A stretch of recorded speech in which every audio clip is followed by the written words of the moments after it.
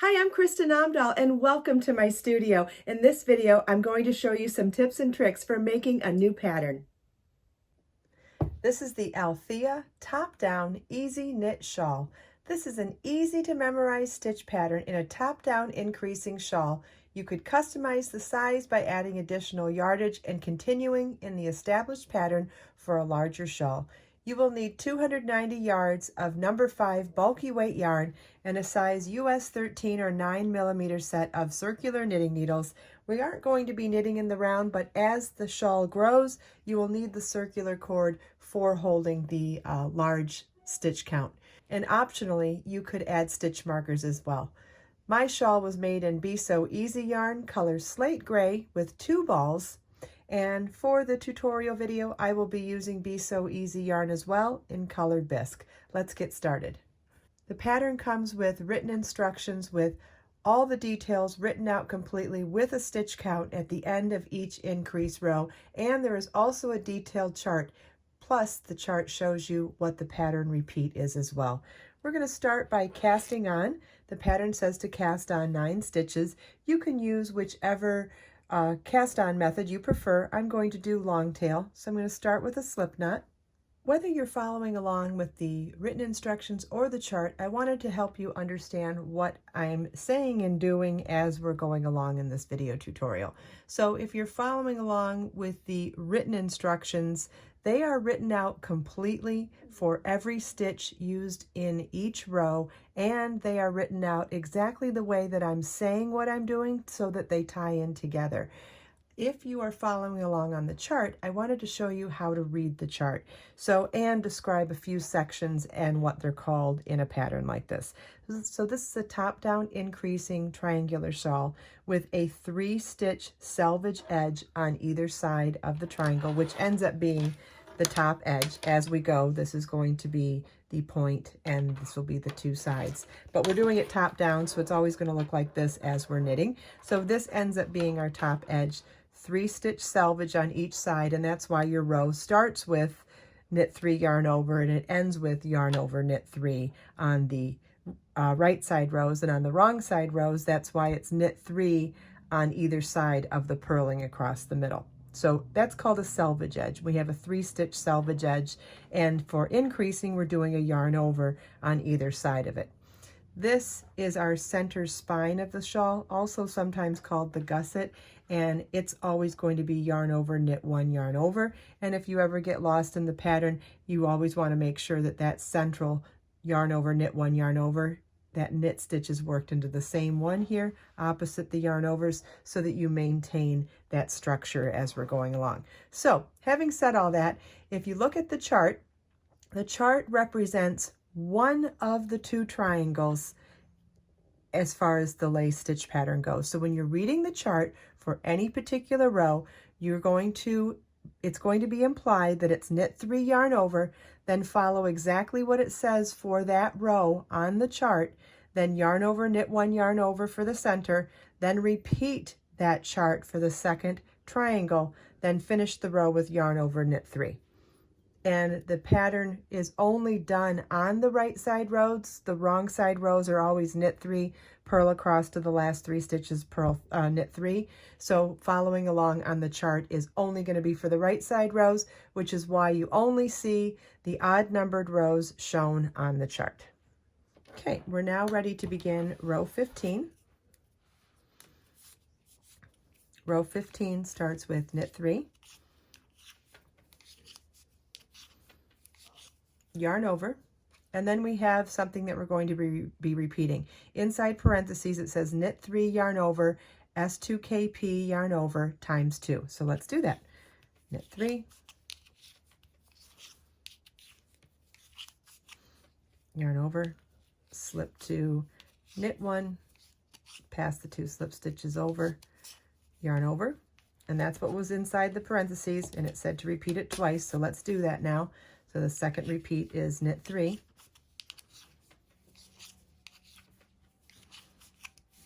yarn over, slip 2, knit 1, pass the 2 slip stitches over, yarn over, and then moving back to the pattern, it's knit 3,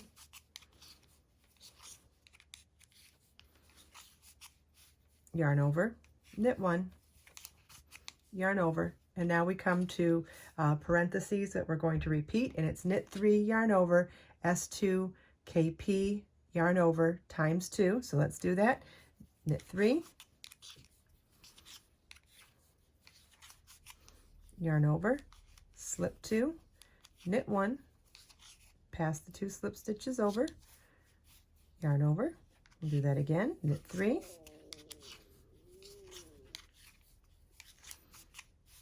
yarn over, slip 2, knit 1, pass the 2 slip stitches over, yarn over, and that completes our 2 sets of the parentheses. And back to the pattern, it's knit 3, and yarn over, knit 3. At the end of row 15, you should have 41 stitches. Row 16 will be a repeat of row 2.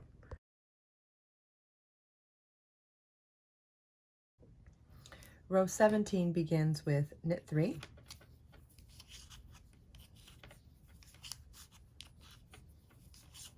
yarn over, knit 1. Then we come to another set of parentheses. In the parentheses, it says yarn over, S2 KP, yarn over, knit 3, and all of that times 2. So yarn over, S2 KP,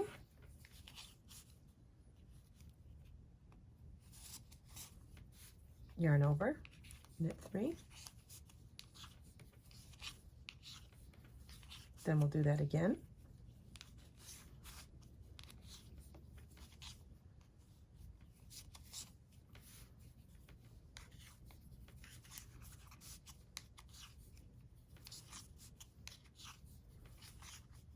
okay, we're done with the parentheses. Back to the pattern, yarn over, S2 KP,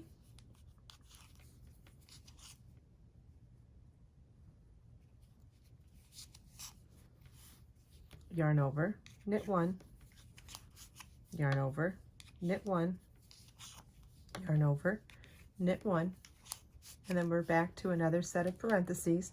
We're on the second triangle of the pattern, which would be the second time doing the chart as well. Yarn over, S2 KP,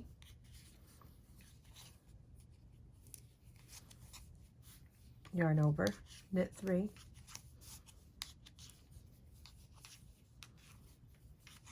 and we'll repeat in the parentheses one more time. Yarn over, S2 KP, yarn over, knit 3. Okay, we've repeated the parentheses times 2. Go back to the pattern, yarn over, S2 KP, yarn over, knit 1, yarn over, knit 3. At the end of row 17, you should have 45 stitches, and row 18 is a repeat of row 2.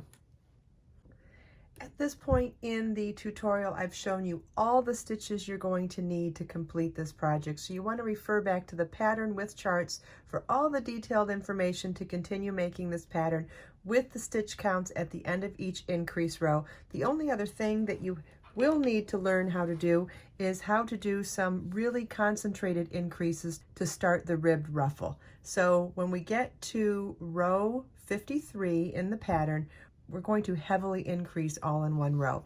And how we do that is to knit the first stitch, then it's yarn over and knit 1. And we're going to repeat this all the way across. Yarn over, knit 1, all the way across the row. Obviously, I'm doing a reduced size sample at this point, but at the end of row 53, you should have 225 stitches.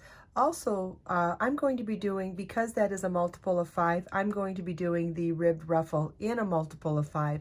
But if you modify this pattern in any way, using a different weight yarn, doing more rows, less rows, whatever, you want to make sure that you do your ribbed ruffle at the end of your concentrated increase row in whatever multiple works. Let's say you have a multiple of 3, 4, 5, 6, 7, whatever. That's what you want to use for your type of ruffle if your stitch count is different, but ours is 225, so we're going to do a 5-stitch ruffle, or 5-stitch ribbed ruffle. What does that mean?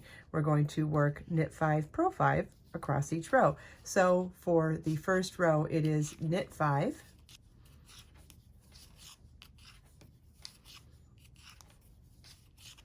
and then purl 5. Make sure you move your yarn to the front of the work to purl the purl stitches. We'll purl 5.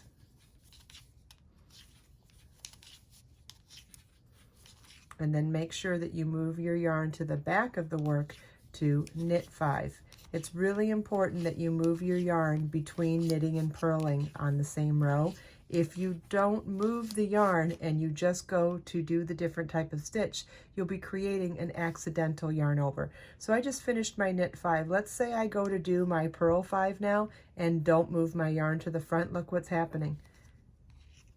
I created an extra yarn over, and that's what I want you to be able to avoid if possible, because that's where a lot of people find that they make mistakes and get wrong stitch counts. It's because they forget to move that yarn to the front for purling and move that yarn to the back for knitting. And so the pattern will tell you,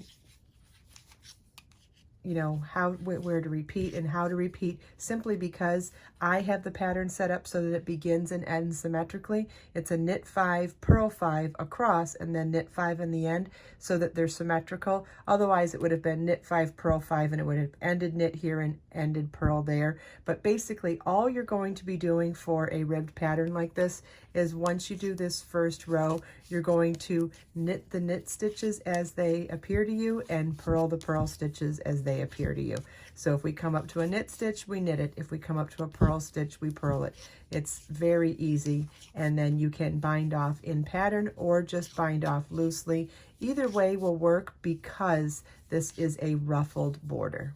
You can find information on downloading this detailed pattern with charts at the link in the video description. You can also get information on ordering Be So Easy yarn. And also there is a link to more videos about knitting, more videos about this yarn, more videos about shawls. There's almost 2,000 videos on my YouTube channel. There's so much to see.